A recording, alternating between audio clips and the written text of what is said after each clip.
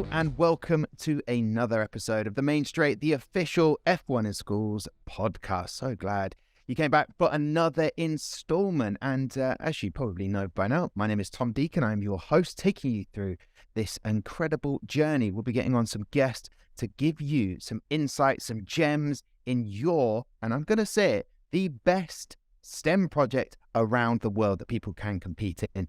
I'll be giving you, and some guests will be giving you some tips to help you on your journey. So what will be happening in today's podcast? Well, I'll be welcoming the Chair of Judges, Gary Anderson, to find out all about some exciting regulation changes. Plus, I'll be bringing you the latest news in F1 in schools from around the world. To do that, I'll be welcoming back PDC, aka Max Fernie. So that is all on the way. And if you haven't already done so, make sure you check out our previous podcast. The show was live from the Autosport International in Birmingham, where we hosted the national final. It was incredible. And for the first time ever, we also had a live primary class as well.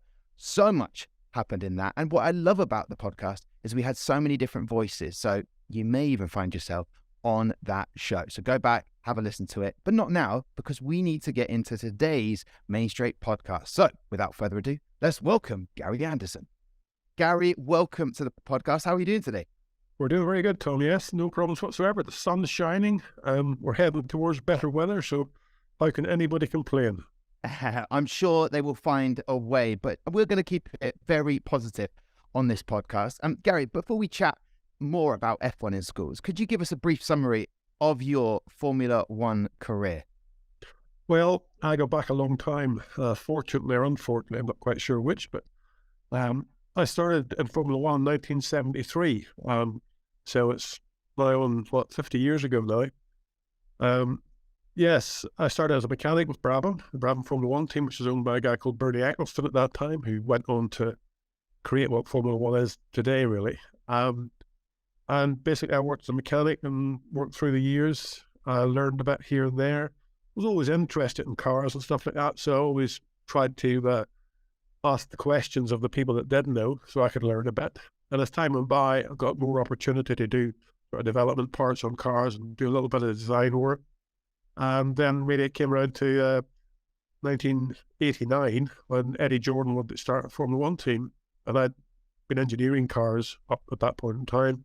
And he asked me if I would come along and design the first Jordan Formula One car, which was the green Jordan for 1991. And that's where my design career sort of really kicked off, I suppose. And from then on, I was technical director at a couple of Formula One teams and built various cars. We never really had big budgets and lots of people, but we won a couple of 3 races, which was okay. And we loved to be the team that could get one over the big boys. So it's always been my challenge. See if you can nail the big boys. It's okay. Even once in the blue moon's okay, but just get on with it. So that's about it, really. I've been involved for a long time, and still I'm involved now, writing technical stuff for new cars, developments, all that sort of stuff. So, yeah. Still involved.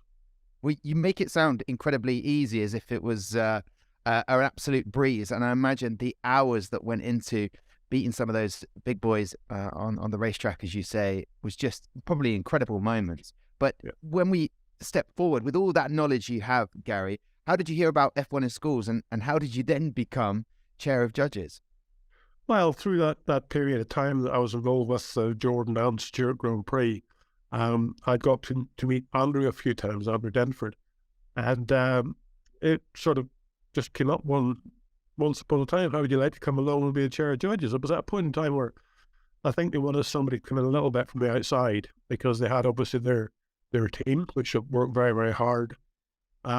But it needed somebody to come in with a sort of more of a clear vision. And Andrew asked me to come in with that, to try to bring, a sort of good referee, I suppose you might call it, because it's very easy for a company to not really see what you see from the outside. So I come in with a sort of clear vision on it, and I've been here ever since. I think it was 2010, my first year. So I've been at it ever since, and I enjoy it immensely. I enjoy the students and the whole competition. I enjoy it greatly. Yeah, and we could definitely see that. But since knowing you and working with you for a world final, two of those, and a national final, just seeing your work, Gary, always a smile on your face, even when you are under pressure. And so are some of the competitors trying to put the car back together on track so it will race again. But there's always that smile, and I suppose that helps you stay calm. 2010 is exactly when you started. What's been your experience of the competition, and how have the students developed their cars over the years? Well, it's come on a long way, but in reality, so is life. So you can't really judge it on that. I mean, you just got to look at the students and the depth they go to now to research and build the products that they do. No matter whether it's the fastest car or the slowest car, to be honest, it's a huge amount of work goes into it.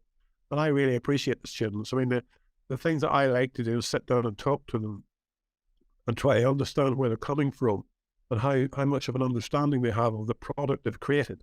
Because one of the things I used to tell my people that used to work for me was you've got to decide before you actually build it whether it's going to be a dishwasher or a washing machine. You can't let it get to being finished before you decide which it is. And it's the same way anything you're doing, any car you're building or whatever, you need to plan it from the beginning. You need to plan it correctly. And it's really nice to speak to some of these teams and find out the planning that went behind it, as opposed to just ending up with a creation that you know nothing about. The important thing is to plan it right from the beginning and end up with a product. And obviously some of those students that chat to you, it's a sharing of ideas. I've always been standing next to you while you've been explaining what's been happening on the track when we've got the live shows streaming across the world. And just to get that insight and have that discussion is what you guys seem to absolutely love. You mentioned there about deciding whether you want to make a dishwasher or a washing machine. I think that's a fantastic way of putting it, and some real gems that you offer the listeners in terms of having a clear plan. Over the years, you will have seen so many designs. Are there any that stand out for you? Well, every year there's obviously 3 or 4 cars where you can see the team has exploited it to the maximum. The thing we got to remember is that there's a small group of us at F1 schools that contribute towards the regulations. And we keep on year after year sort of dotting the I's and crossing the T's. But then you hand that out to the teams and, we can have 40, 50 teams all trying to find the grey areas, I suppose you might call it, within those regulations. And my job, whenever I get there as chair of judges, is to make sure that we can scrutiny of the cars from what we intended the rules to be. But some team will have found one of those grey areas and then they'll come to us and say, well, no, we don't quite agree. We see that this way. And my job is to sort of be the referee between those two, between F1 at schools and the team. And genuinely, if I believe the team has a good argument, put it to me as, the reason they did it this way was because of X, Y, Z, then, I will overrule the regulation. And that's the same as happens in the real world of Formula One. We have the FIA policing the regulations, but the teams can come into grey areas. And again, we see that every year. I mean, with something that's, that little bit different. And it's got to be accepted. You might do away with it for the next year, but you can't throw a team out just because of it. You can appeal to the team's competition level, whether they really want to have competition or whether they find someone that's going to blow everybody else away. And, sometimes you appeal to the team to accept the fact that we don't want to see that in the formula. But that, again, is my job, and that's the job I enjoy, sitting down with the teams and talking to them about it and trying to find a good resolution makes everybody happy. Yeah, it can't be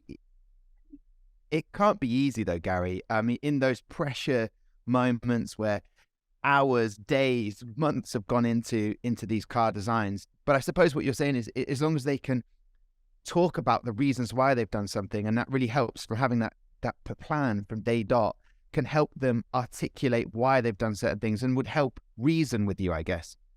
Yes, it is. I mean, that's the important thing, as I said, to understand from a team's point of view how they got their interpretation of it. Because, again, as I say, there's more of them trying to find solutions to the regulations than there are the people that write the regulations. So this is what you always expect. But I think it's important that you do respect the fact that the guys that are coming up now, the engineers that we're talking to, potential engineers for the future that we're talking to, and team members in general, They are our future.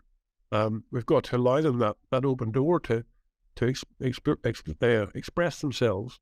And if you don't let them express themselves, then later in life, they'll feel hemmed in. So I love to see a solution to a problem.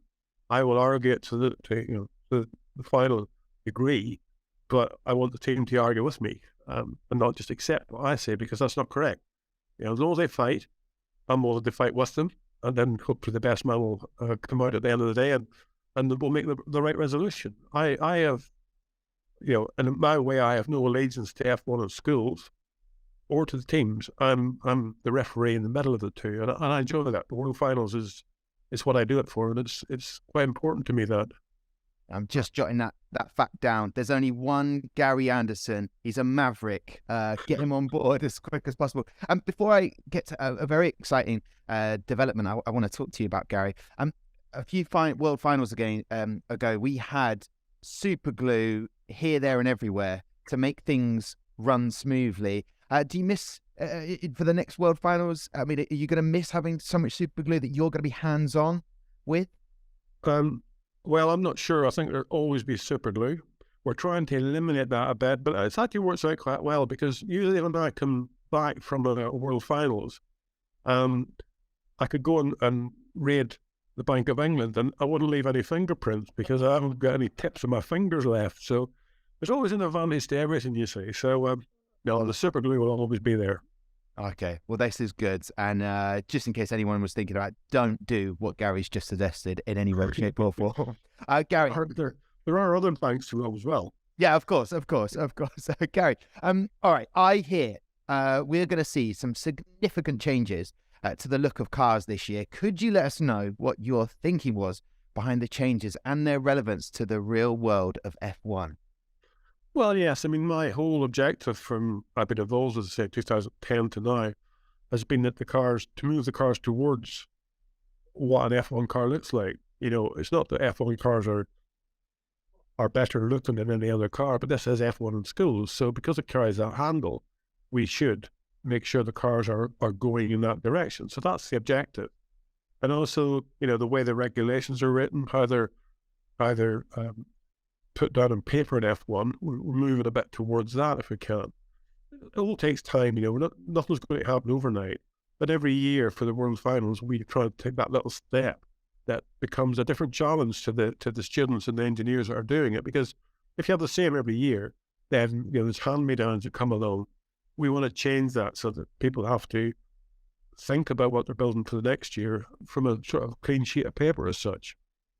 And it means I think we'll get some more ideas, because it's so easy to just not copy by any means the cars that did well last year, but to use that for your basis of your research. And if we can change the regulations enough to mean the teams have got to start with a clean sheet of paper and prove their development program before they finalize the car, then I think that's a better challenge for each of the teams. I think it's a more interesting challenge.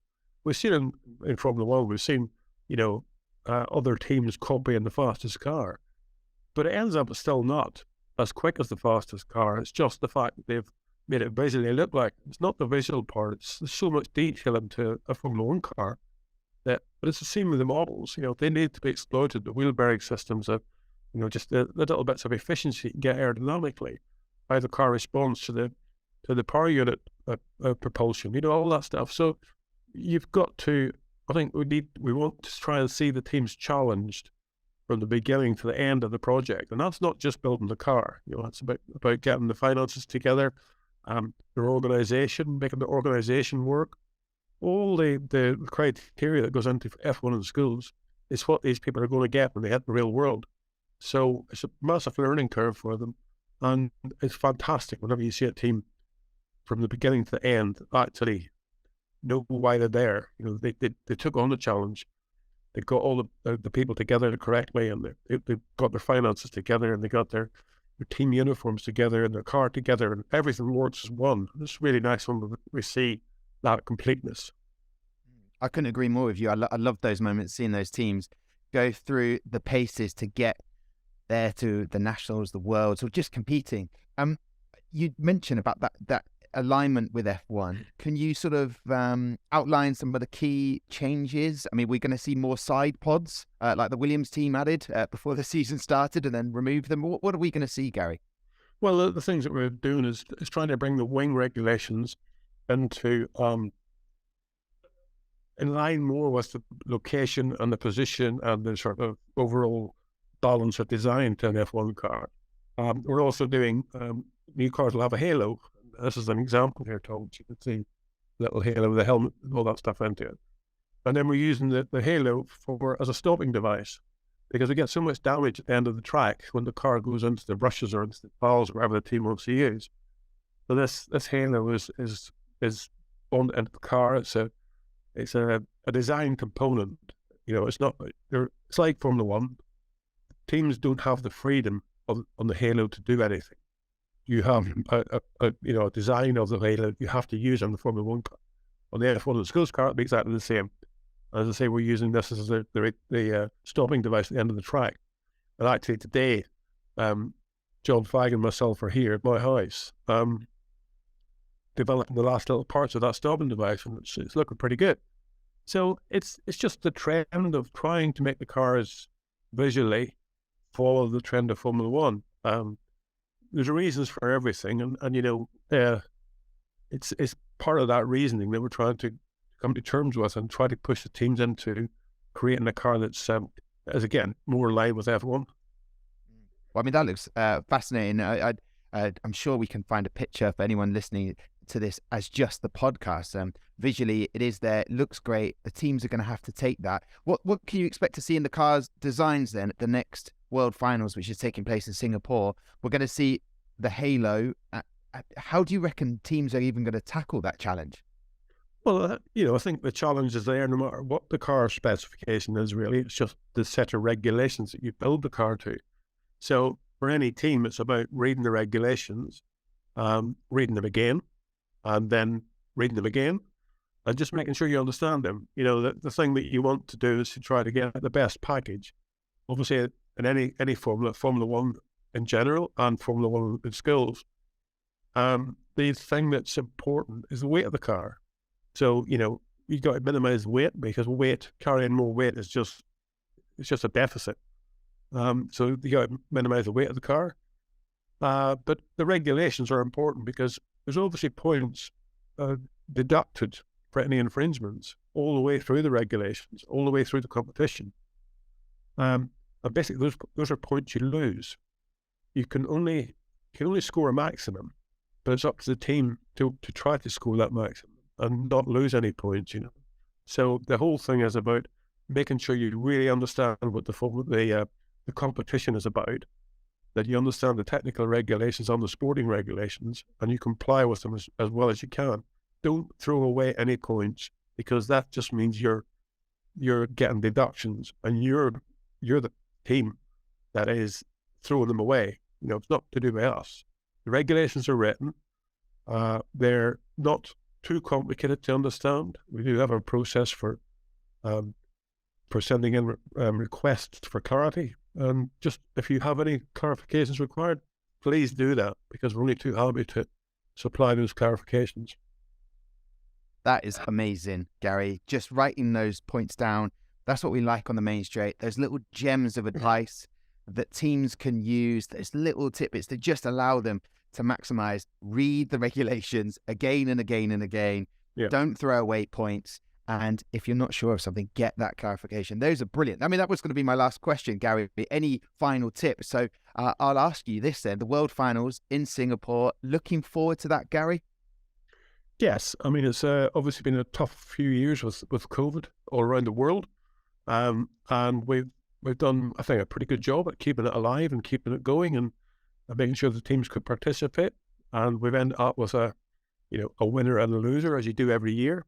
But to see all the teams in Singapore and the competition having a fresh new lift, I think is very good to end this pandemic that the world has had, and to try and just get on to the next stage of life. And with a slightly revised visual look of the cars, and the teams all there again, it's going to be a very, very interesting weekend.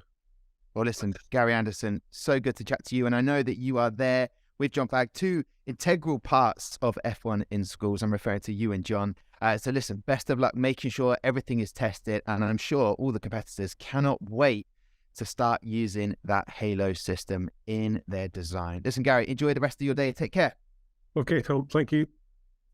Well, I think you'll agree that was so insightful to talk to Gary Anderson, the chair of judges. Now, he did mention a few regulation changes, and I thought with this podcast today, with this show, we should get on the head of international operations. That man is Nelson Vale, and he's here with me now. Nelson, this is an absolute surprise and a real treat to have you on the podcast, but I will say this is not your first time. You were just on the episode of the Autosport International, the national finals. So this is actually a welcome back. How are you, Nelson? I'm very good, Tom. Thank you for having me again. I was hoping actually that one day I would have my own episode just about my advantage with F1 in schools, but that can be done at a later stage. I'm looking over at our wall chart at the moment, and it is coming up. So actually, I don't want to ask all my questions now, but first off, Nelson, head of international operations, for anyone not sure what that involves, what does it involve, Nelson? Well, basically, Tom, I help the delivery of the challenge globally, and that means that I need to make sure that all of our international partners are basically hosting F1 schools events in the same way that we host them in HQ. And that goes from making sure that we are aligned in any way, from how we do registrations to safeguarding procedures with students to the very basics of rules and regulations. So yeah, just making sure that we are making the competition grow around the world and that many more countries are able to join. Yeah, I'm so excited. Actually, the F1 in Schools news is coming up. Max will be bringing us that very shortly. And I always get excited about another nation joining us on this incredible STEM project and challenge.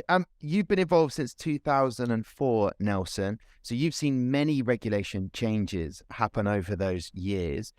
Anything stand out for you in terms of tips and ideas for our participants to make sure they remember when they're competing?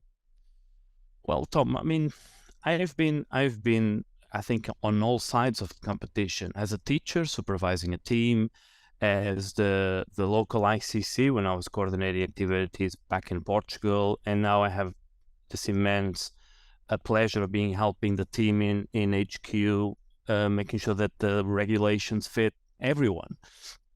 And being on the other side, I have to say that it's always very special when we hear that email coming in through the inbox with new regulations, because the excitement of that is, what are we going to be challenged to do now? And that's what I think the students feel all around the world.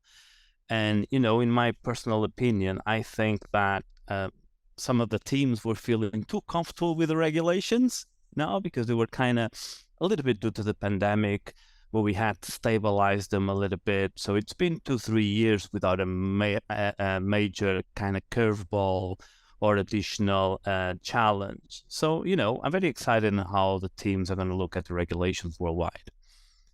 So a curveball, that's what we're calling it. Guys, listen up. There's a curveball happening. Now, I know those rules will be released imminently, and people will be able to get excited about them. I'm sure they'll be daunted. Actually, Nelson, how do you think these regulations are going to be received internationally? Well, I think they're going to be received very well. Regardless of the changes that we do in the regulations, our students are absolutely amazing. The regulations kind of create a mindset on their work that this is what I can do, this is what I cannot do. I need to follow the regulations in order to not receive penalties. I mean, this is really preparing them for the real world while they're just having fun in school. But the level of standard that they deliver every single time, that's remarkable. Now, yes, we may have one curveball or two or three, and like Gary says, the car we're trying for the car to be more F1-ish. going to look at the F1 Schools car, and just with the halo, it's going to look way more F1 and make that connection.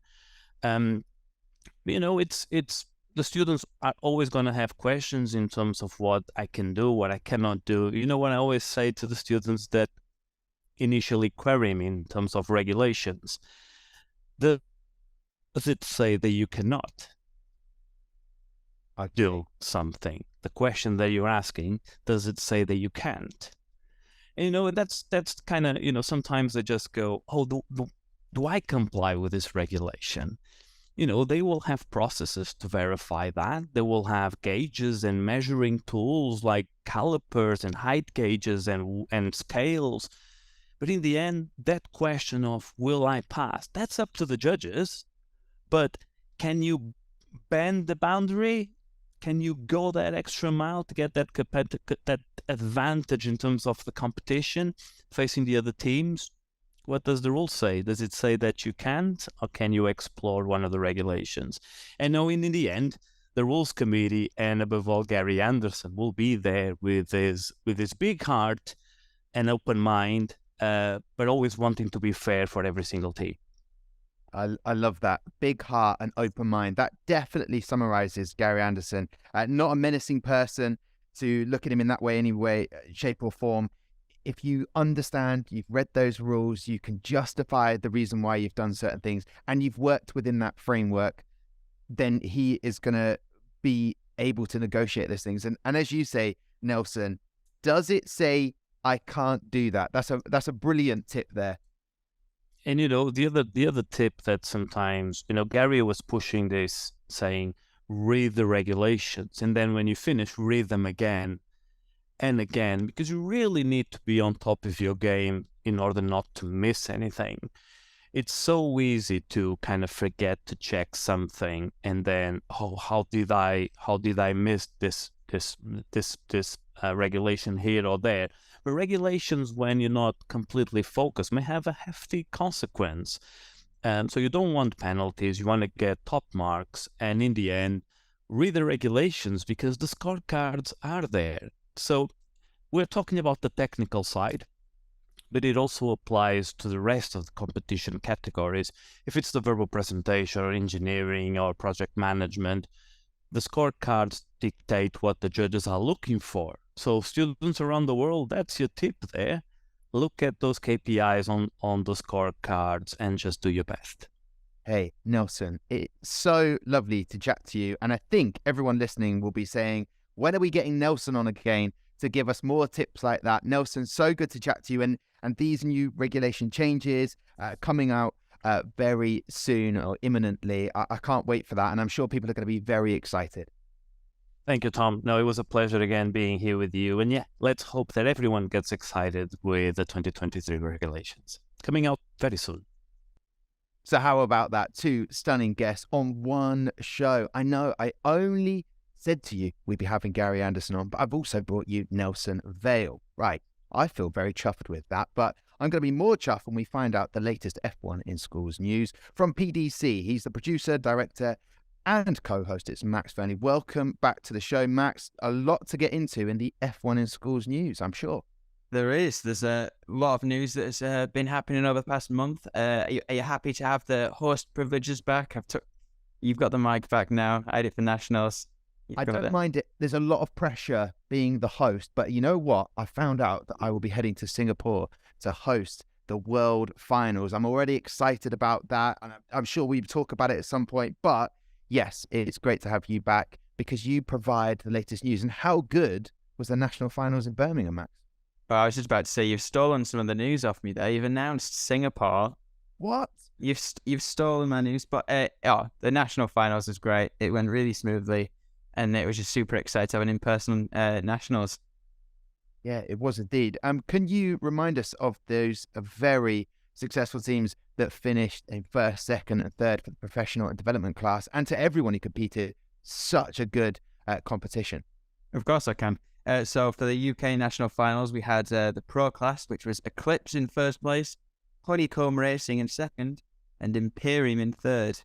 We then had the Dev class, which was CHS Lightning, were our development champions, Vega Racing in second, and Sabre Racing in third. Okay, fantastic stuff from all of the teams. So good to chat to them. If you do get a chance, go to the F1 in Schools YouTube page and watch back some of the pit displays. I did an interview with every single team, and it might inspire you with a few ideas. So those are all of the winners, Max. And it's not the only competition that's been going on around the world, is it? You'd be correct in saying that. So the same week, we had Malaysia, who had their national finals. So the winners of the professional class was Nova. They then had second place Ozone Racing. And then, I can't say this one very well. I don't know how to say it. Regetus, I think.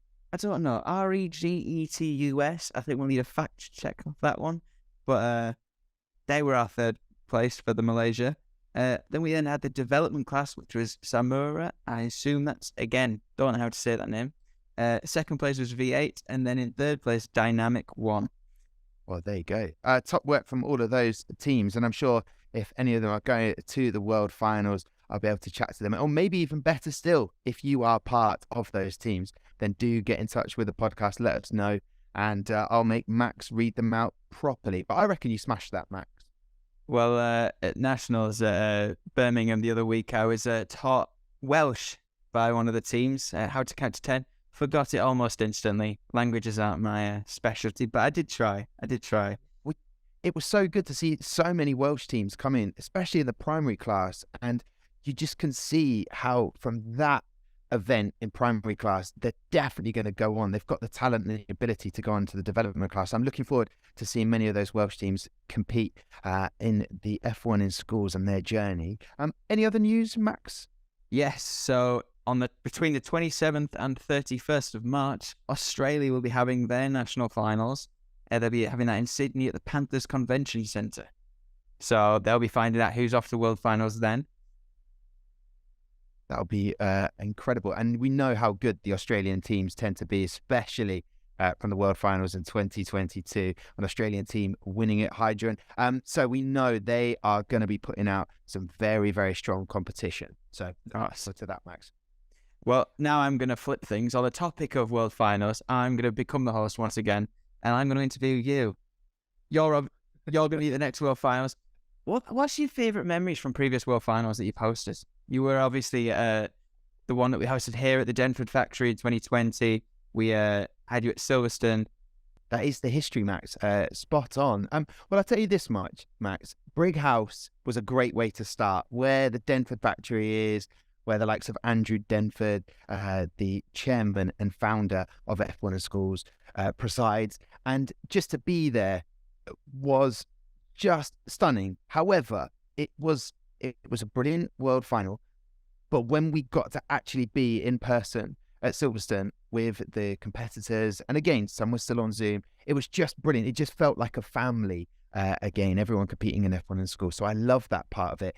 And also you can really interact with the guys. So you just mentioned about the teams in Malaysia. They were fantastic. The Malaysian teams last year. You've got the Chinese teams. You've just got the whole world coming to one place. And I love that. I love the connection. I'm a bit of a foodie. So when teams do provide a little treat, a particular pot, I guess it's like a instant noodle dish from Thailand, a tom yum soup. It was, and I don't know where I can buy one. So any of the Thai teams coming, I will be in contact with you to provide maybe just the transportation of this instant noodle.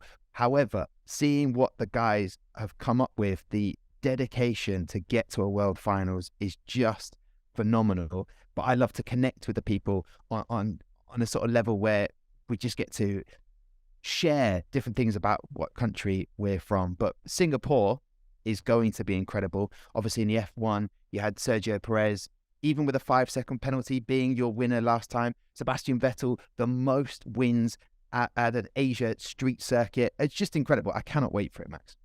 Yeah, no, it's going to be an exciting one, that's for sure. You were definitely right about everyone's really kind. It's like a family, though. I remember everyone was giving out gifts. There was branded products like Sonic Boost from Sonic Boom. They had their own energy drink. FLST9 from Malaysia, they were giving out bandanas. That was cool. I had one. I think Jost Capita from Williams, he was walking around with on his neck. And And you got to try some food on stage, I remember. That was a fond memory. I did. The French team insisted I tried some pate with bread live. But do you know what? That's what I love about it, because everyone shares the same passion for this competition. And so they're all in one place. So they're like-minded. They all get along. We're chatting to one another. You'll need to be somewhere on site at Silverstone, and you have to get through about 30, 40 people, and you stop and have a chat with them. And that's just, it's like a melting pot of just fun and excitement. And it's even great if you're still online for some of the teams that competed, because they've got to chat to other teams. But yeah, I can't wait for it, because it is, as I said, like one big family. And you are knackered. You are so tired at the end of the competition, all the talking, the socializing, networking. But I wouldn't miss it for the world. And that's why I've never been to Singapore before. So that'll make it even extra special for me. Perfect. Well, I think that wraps up the podcast, doesn't it, Tom? I think we've had a lot of content in this episode. So I'm going to let you wrap it up as usual. I'll give you back host privileges. Well, thank you very much, Max. Great to chat to you. And I wasn't expecting those questions about Singapore, but listen, that is massive news. That is where the World Finals is going to be. And to everyone listening, this has been The Main Straight. We'll be back next month with another episode. So make sure you like, subscribe, get involved. Myself and Max love to hear from you guys. So please keep doing that. We can give you some shout outs in the next episode. Who will the guests be? I don't know yet. But you know what? I know that you'll be getting some absolute gems when you come back to listen to this podcast. That's it for The Main Straight. We'll see you next time.